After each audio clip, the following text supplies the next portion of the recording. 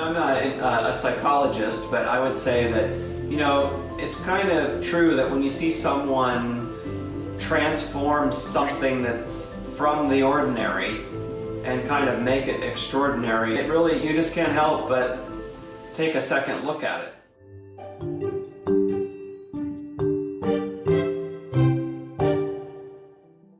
Hi, this is Craig Glendy. I'm the editor-in-chief here at Guinness World Records. Well, I say here, I'm actually in my flat in London, where I have been for the past 3 months on lockdown.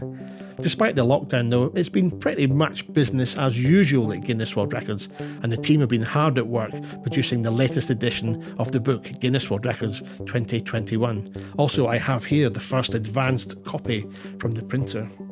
My favourite part of the job is to go out and meet the record holders face to face and share the great news that they're in the book. Of course, that's not possible at the moment, so what I thought I would do is I would give them a call and share with them the news that they've made it onto the front. First up, it's Brian Berg, the king of card stacking. We're there. Hello, how are you? Fine. I'm good. How's it going? I'm hanging in there. Show me your technique then. Do you have cards there in front of you?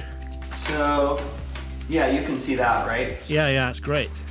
Okay, so, it all comes down to building this first little 4-card cell. And then you're basically adding more cards onto this to, make what I call a grid. And you kind of get the idea. And then, of course, you're putting, cards on the rooftop of each layer and doing it all over again. But, these are these cards of mine that I got. You can see it has a picture, they fell down, of that grid. Oh, nice. Yeah, I'm not very good at this. I'm trying myself. It's a bit of a skill, isn't it? Yeah. But, this little structure right here, I just swapped it together. I'm just going to put these cards on here, and it held them. Quite easily, and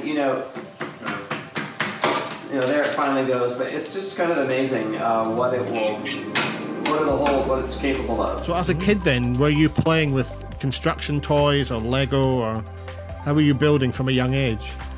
My grandfather was, a pretty serious card player, and he was always playing cards, be it with friends or family. And it wasn't uncommon for him to, build a small house of cards while my grandmother was refilling drinks. And that was my introduction to it. And then I just really, kind of started doing it. And I had no idea how good I was getting, but it just became part of me, really. You saw the record in the early 1986 or 8 edition, maybe, of the Guinness World Records book, and thought you could do this, so you applied, and what happened next? I was working for an engineer in high school as an internship, and he was just a really great guy. And he said to me, well, what's the Guinness World Record for this? And I'm like, I think it's like 12 feet and some change. And he's like, well, how high have you built? And I said, well, I think, right around 8 feet probably. And he just looked at me like, well, duh, like, what are you waiting for?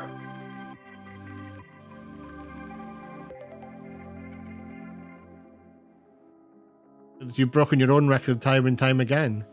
Yeah, I guess so. I mean, I joke around that I'm the king of my own nerdiverse. How many cards do you have at home? I don't even know. I have tens and tens and tens of thousands of decks in a warehouse. Wow. Okay. Just in case, right? You've kind of opted out of doing the day job to do this as the day job, is that right? I mean, were you destined to be an architect? Well, that's my real background is architecture, and all the way through college, that was the plan.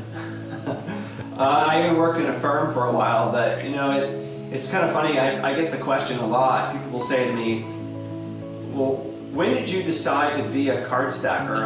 Or how did you decide you wanted to be a card stacker? And the answer to that question is, well, I never really decided. It just happened. I really thought that each project would be the last one. I thought, oh, that's it, oh, that one's the last one. Oh, no, one more.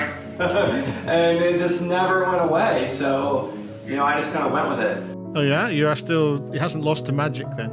No, I mean, I love to do it. You know, some projects are definitely more entertaining than others, but sometimes I get the question from people, they'll stand there and watch me work for 10 or 15 minutes, and then they'll say, "Are you bored?" And I'm like, you know, if you took someone who's like, you know, a musician, like a serious musician, can you ever imagine asking them if they get bored making music? Probably not. You know, would I want to do it? Would I want to do it every day, all day? No, I wouldn't. But do I enjoy doing it? Yeah, of course I do. Because if I didn't, I would find something else to do, I guess. And do you find yourself like going into some kind of trance because you're completely in the zone when you're building? There's a lot of times I'll put my earbuds in and my music, and it's just amazing how, you know, I will forget to eat. You know, my wife will say, "Hey, did you have lunch?" Or, "Have you gone to the bathroom?" Like, "Oh, no, I haven't." You know, so it's just once you get into that zone, you're really there. You know, it's not really much escaping. Have you ever had it go badly wrong? What's the worst build you've had to do in terms of things going wrong? You know, one of them was I was building Cinderella's castle for Disney, and I was building it at Disney World in a tent that they had designed for this. Well, a squirrel got in through the air conditioning vent that they put in, and he jumped up on there and damaged it, and then they were trying to trap him, and they were trying to scare him out with loud music. So that's kind of a bad day, right? And that's the other reason why people can't resist watching, is because in their minds they really think, it's like when you see people at the Leaning Tower of Pisa, you just can't help but think that while you're standing there, it's not going to just fall over. And I think that's the other reason why people can't help but be a bit transfixed by what they are certain must be imminent demise. All that effort, and then it's just not there for history to enjoy. Well, you know, that's part of why I would like to do something a little more permanent, because it's so rare that I make something and then I even get to enjoy it for more than 30 minutes. Because, you know, usually when you're working for corporate America, they're like, okay, you know, you need to have it done at 2 p.m. on the 11th so that we can knock it down at 2:30, you know, like 30 minutes later. Barely have time to get pictures of it, right? So, it doesn't really bother me because the demolition, the implosion, all that is the part that people love the most. And as long as I document the finished project and get some good, you know, video of the implosion, then to me that's just kind of part of the life cycle of the whole thing. Well, one of my favourite records, I think, from all my time, I've been here now just over 18 years, was you building the House of Cards in 12 hours on the running washing machine. I did that for LG, and they really wanted the machine to be loaded with wet laundry, and they wanted it to be spinning because they really wanted to show that this machine is like seriously anti-vibration. So it was vibrating, but I mean, like, you know, a very small amount. But vibration like that is really bad for a house of cards because it just kind of over time vibrates it apart, you know? So it was pretty nerve-wracking, for sure. You know, that's like I say when I open my email, I never know what it's gonna be, you know? Just because, what will the next absurdity be?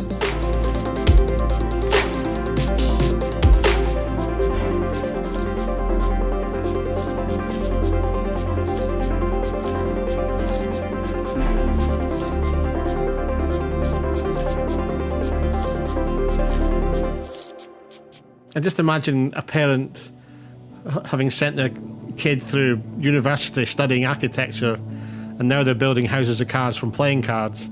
They might think, what have I done?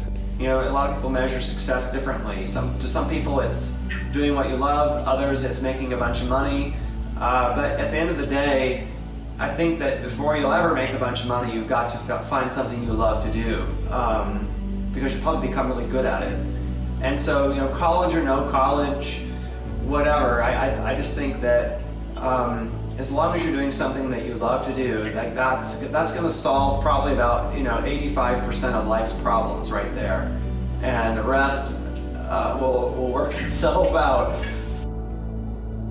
Actually, my last thing isn't really a question, but it's just like over the last 3 months we've been in lockdown, and but we've managed to finish the book, which is great.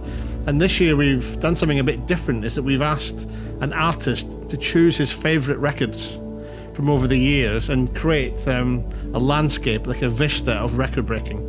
And he chose one of yours. He really liked your record. So I can show you. You're going to be on the cover. If you can see this. Can you see this? This is you stacking on the cover of the... I'm looking for it. Where is it? Just where my finger is here. You're very small, but... Can you see that? Oh, yeah, I see it. Okay.